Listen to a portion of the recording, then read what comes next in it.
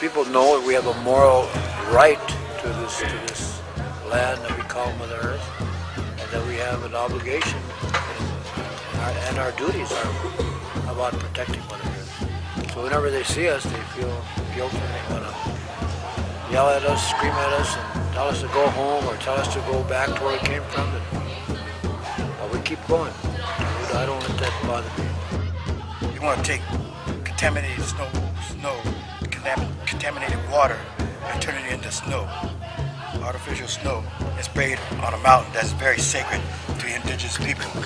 Well, the first walk was 1978, and it was called for because of legislation. 11 pieces of legislation were introduced in the Senate and the House, which would have abrogated all the treaties in America with the U.S.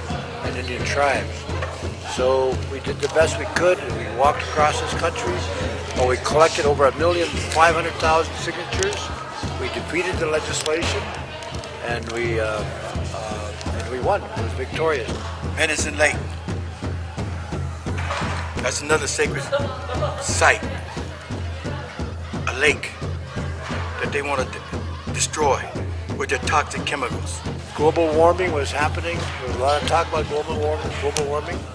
We've heard a lot about it. So it's affecting us on the reservation with the medicinal plants, with water being drained off by the Corps of Engineers. So we decided to walk across this country and call attention to the environment, call attention to the water and to the air, pollution in the air, and the contamination of soil. The Mojave tribe, they dump chromium into the Mother Earth, and it got into the water, the streams underneath the earth, and possibly went into Colorado River. The Mojave people. And also for the protection of sacred sites, which is a major contention these days with Native people, because more and more developing people like Walmarts and Kmarts, they're building big super centers over some of our graves. And we've stopped in 2 places, but it just goes on and on and on. We just keep running into these people that are developing over our sacred sites. So that's it in a nutshell. You asked why we walk? We walk to protect our sacred sites.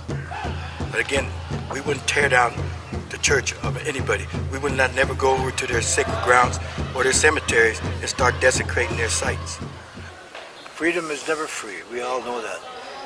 And the cost of a free society is very, people get killed for it.